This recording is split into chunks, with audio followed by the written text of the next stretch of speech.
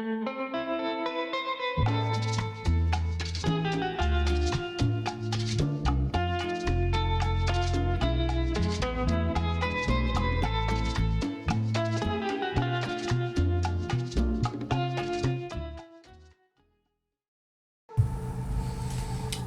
back, everyone.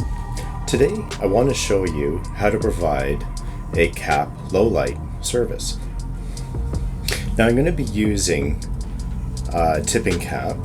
First, you're going to need the following. Select a size of Tinting Cap. You'll need a metal hook. You'll need a comb and brush. And I like to use a bit of powder. Not always necessary, but if you have somebody that's got really long hair, it's nice to have a bit of powder onto there to help the strands pull through easy. 2. Place the Tinting Cap on your client's hair and make sure it's on fairly tight.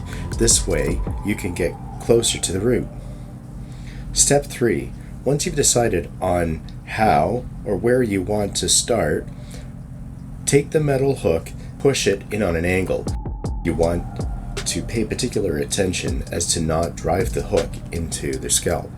So really pay attention to that angle that you're putting that hook into. Pull the hair strands through as evenly as possible, otherwise the results could look chunky. Now just some troubleshooting tips. If you pull too much through, just put the hook into the adjacent spot or the adjacent hole and pick up those pieces and pull it back through. Clumping. There may be product in the hair. Wash the hair and thoroughly dry the hair. Remove the cap and then dry the hair again. It's really important to ensure that the hair is really dry. Otherwise, it's just going to clump up on you.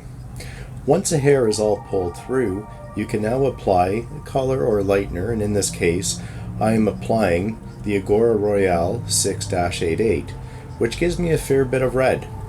This is considered a low light on this color of hair. If highlights are not done right, you can land up with a zebra kind of look. The hair type that is best suitable is straight hair. Curly hair tangles as it is pulled through the cap.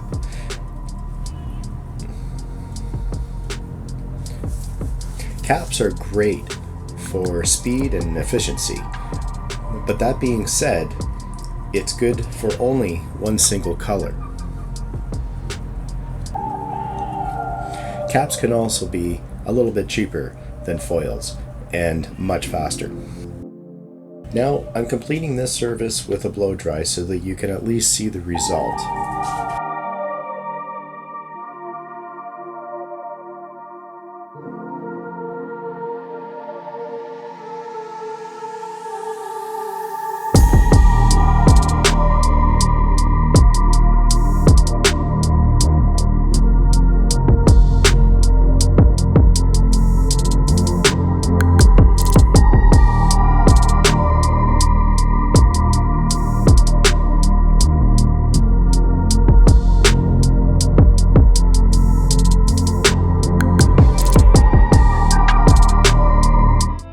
Thank you everyone for watching. Please don't forget to like and subscribe and hit the notification button so you can get notifications when I post my next video.